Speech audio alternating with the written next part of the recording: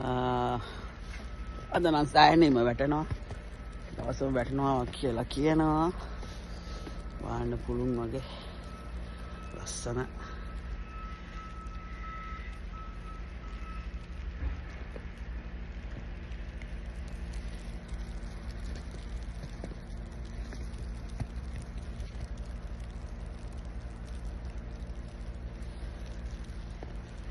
මේක පොඩි ට්‍රේල් එකක් අර මේ ඉන්නේ මෙට්‍රෝ එක පිටිපස්සේ.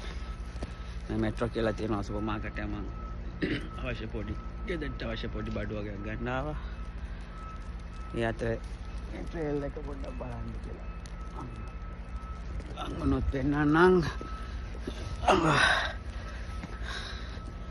කළු පාට කට්ට කළු ලේනෙක් ස්ක්විරල් කෙනෙක් පේනවද දන්න ඈතට.